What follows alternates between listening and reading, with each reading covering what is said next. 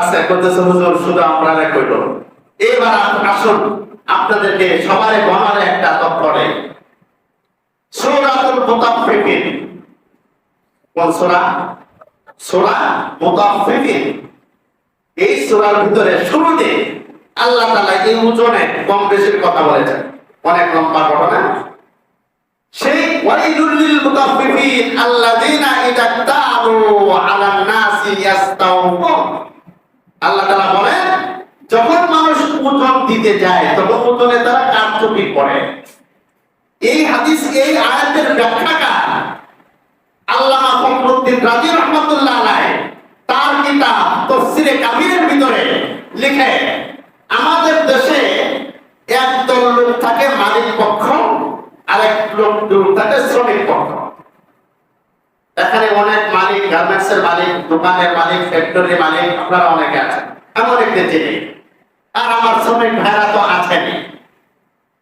এখন আল্লাহ রাসূল সাল্লাল্লাহু আলাইহি সাল্লাম বলেন কুসুল মিকিয়ালা ওয়াল মিজান, ওজনে কারচুপি করার একটা অর্থ হলো যার যেখানে যে পরিমাণ শ্রম দেওয়া দরকার ওই পরিমাণ না দেওয়া, যার যেখানে যে পরিমাণ শ্রম আদায় করা দরকার এর চেয়ে বেশি আদায় করা, এটার অন্তর্ভুক্ত। আজকাল দেখা যায় মালিক পক্ষ যারা আছে তাদের মন যেমন নোংরা, শ্রমিকদের মন মানুষের সাথে নোংরা হয়ে গেছে। ঠিক একটা কিছু বল, কেন বললাম কথাটা? মালিকরা কি করে বেশি করে কাজ করে দেবে এটা তো তাদের চিন্তা চেতনা। তাদের টার্গেট হলো বেশি করে শুধু কাজ করানো, যথাযথ শ্রমিকের মূল্য না দেওয়া। আর শ্রমিকদের চরিত্র হলো কি করে কোন রকম একাধিক কাজ বাকি দেবে। মালিকরা যদি বেশি করায় তারা অতিষ্ঠ হয়ে যায়, অসহ্য হয়ে যায়, এজন্য অনেক সময় কাজ ধরে হাবার মতো বসে থাকে। যে পর্যন্ত বিএম যে বকা না দেবে এই পর্যন্ত মেশিন চালায় না। এরকম দুশ্চরিত্র ওরা শ্রমিকও আমাদের সমাজে আছে না নাই?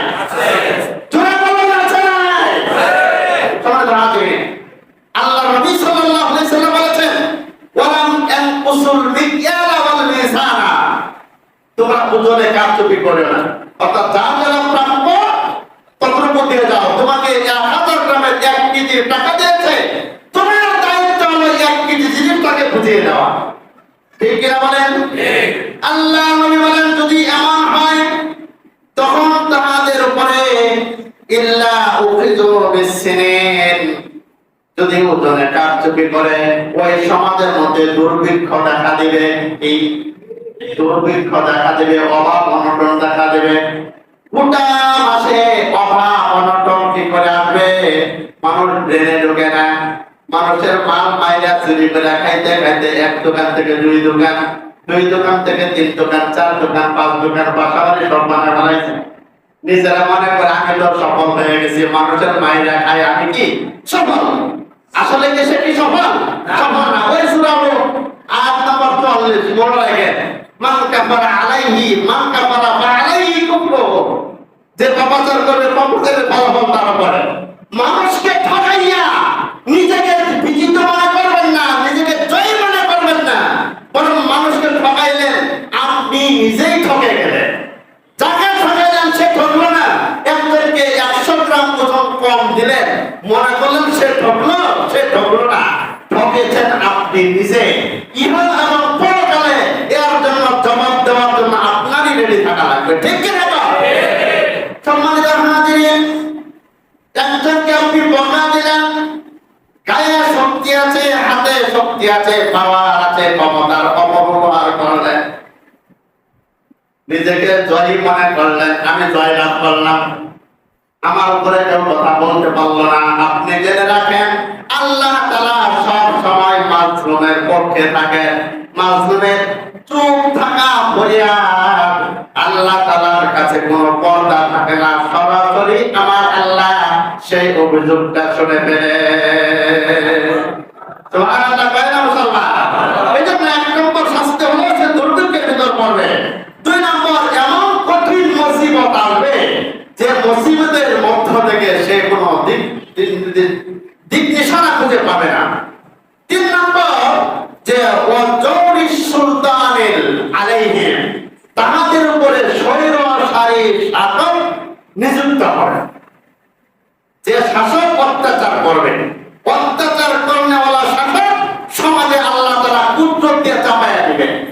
আজকাল আমরা এরে দোষী ওরে দোষী, এটার দাম কেন বললো, ওটার দাম কেন বললো, নিজেদের প্রচার করতে করতে আল্লাহ তাআলা ওয়াজিব হয়ে গেছে তোমার উপরে, তোমাকে সাইজ করার জন্য একটা সরকার, সেটা ব্যবস্থা আল্লাহ তাআলা করে রাখছেন। এটা আল্লাহ তাআলা আরো 1450 বছর আগে তার নবীর মাধ্যমে সমাজে জানিয়ে দিয়েছেন। সূরা কন্যা, সুবহানাল্লাহ।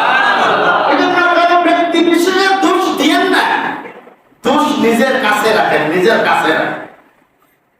চিন্তাবাদ আল্লাহ নবী 3 নম্বরে বলেন, 5টা মুসিবতের 3 নম্বর হলো, 3 নম্বর মুসিবত হলো লাম ইয়ামনু যাকাতা আমওয়ালিহিম।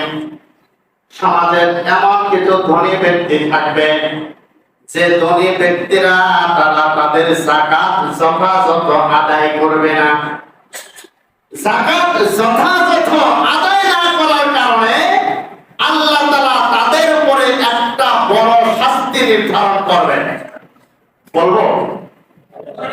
সবাই বলেন বলবো নাকি? যারা সমাজের ধনী মানুষ আছে, কাল খারাপ করে শুনতে হবে। আমাদের দেশের মানুষ রমজান মাস আসলে যাকাত দেয়, কিছু লাভ দিল, 5 লাখ টাকা যাকাত হলো, 20-50 হাজার, 1 লাখ টাকা একখানা পেরা, 1000 2000 একটা শাড়ি লুঙ্গি গোটা এলাকা ছড়ায় দিল। উনি নিজেকে বুঝাইল আমি যাকাত দিচ্ছি, কি দিচ্ছে।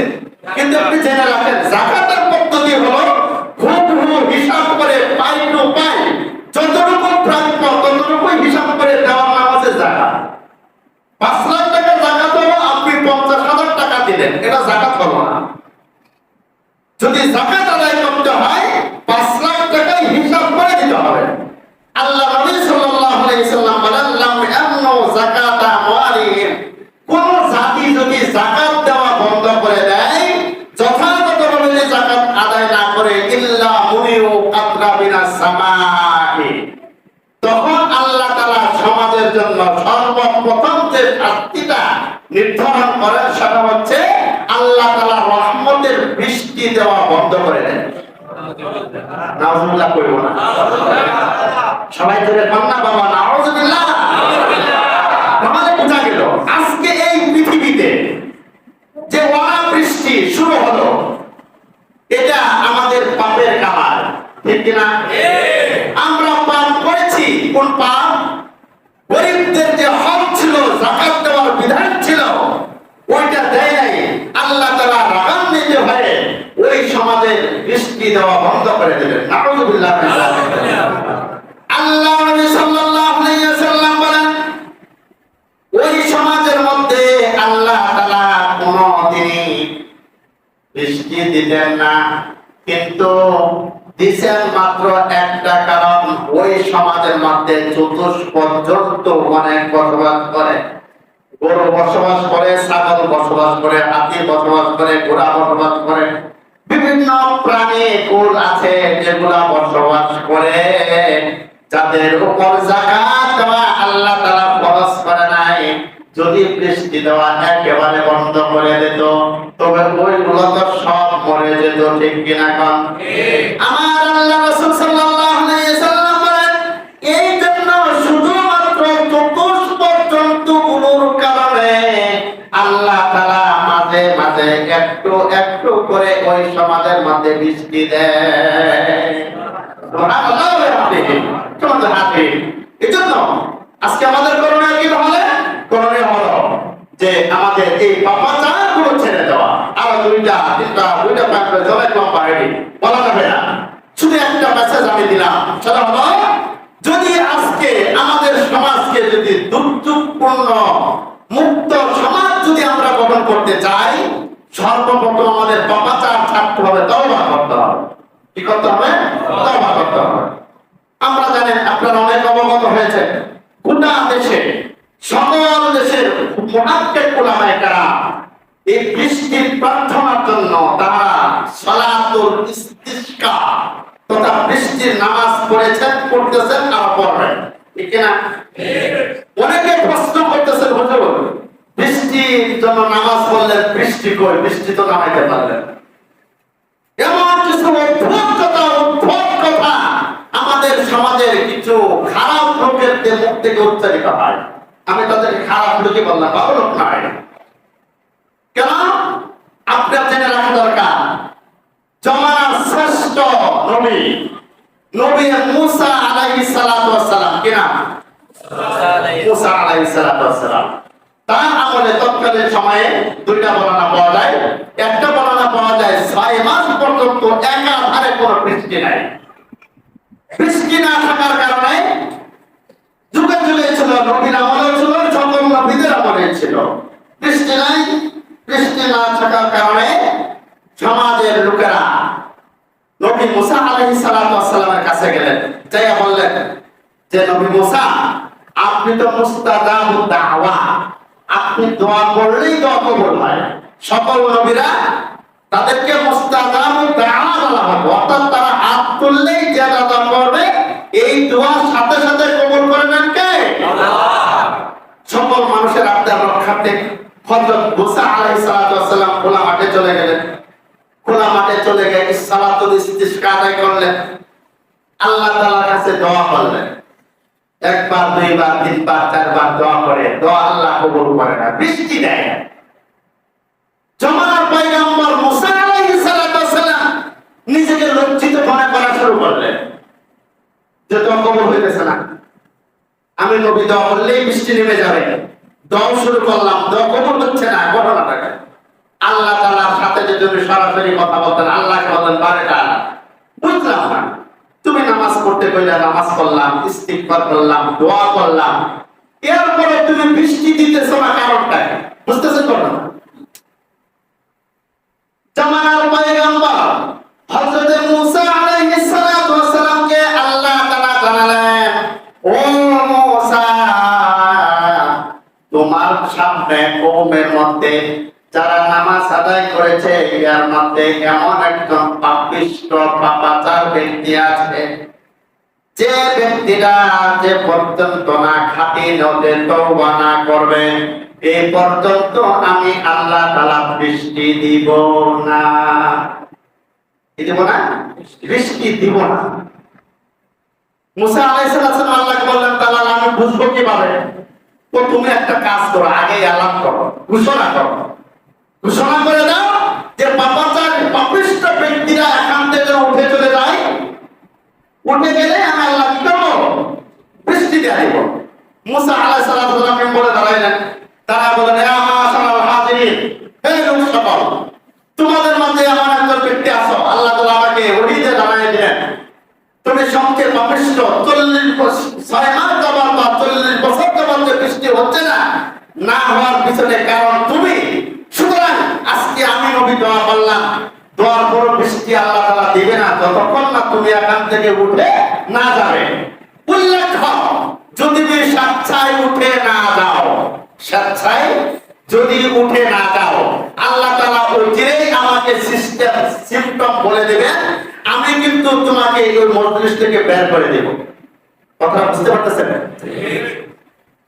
জমানার পয়গম্বর যখন এই কথা বললেন, হযরত মুসা আলাইহিস সালাতু ওয়াস সালাম এই কথা বলার পরে ওই যে পাপিষ্ঠ, সবচেয়ে বড় পাপিষ্ঠ ব্যক্তি যে পাপ করছে তার অন্তরে সেই পাপের কথা জানা আছে না নাই?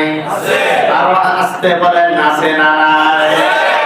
ওই ব্যক্তি আল্লাহ তাআলার কাছে ফরিয়াদ করলো, তাআলা আজকে যদি এই 40 বছর যাবত আমি যে পাপ করতেছি, আজকে যদি আপনি মুসা নবীর মাধ্যমে যদি আপনি আমাকে এখান থেকে বের করে দেন, এতদিন আমার পাপটা গোপন ছিল, সমাজের সব লোকেরা তো আমার পাপের কথা জেনে ফেলবে।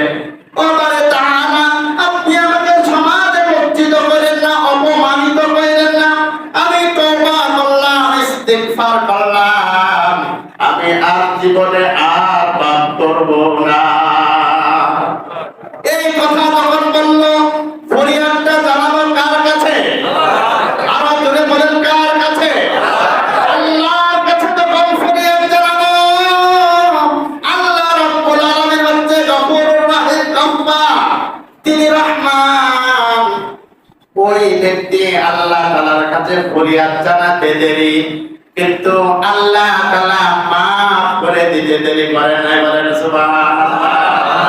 যখন মাফ করে দিল, সাথে সাথে আকাশ থেকে বৃষ্টি বর্ষণ করে দিলেন কে? বৃষ্টি বর্ষণ শুরু হয়ে গেল। যখন বৃষ্টি বর্ষণ শুরু হলো, তখন লোকেরা এদিক সেদিক তাকায় যে তাহলে কোন লোকটা পাপি ছিল, গেল কারা? দেখি তো, দেখা গেল কেউ মুখ যায় না, কেউ গেল না। এরপরে বৃষ্টি আসলো, মুসা আলাইহিস সালাতু ওয়াস সালাম আবার বেকায় যায় বললেন। কি বেকায় যায়? আবার বেকায় যায় বললেন। একটু আগে ঘোষণা দিল যে কোন পাপিষ্ঠ ব্যক্তি এখানে থাকা পর্যন্ত কি হবে না? বৃষ্টি হবে না। মুসা আলাইহিস সালাতু ওয়াস সালাম নিজেও দেখলেন কেউ গেল না, আল্লাহ আবার বৃষ্টি দিয়ে দিল।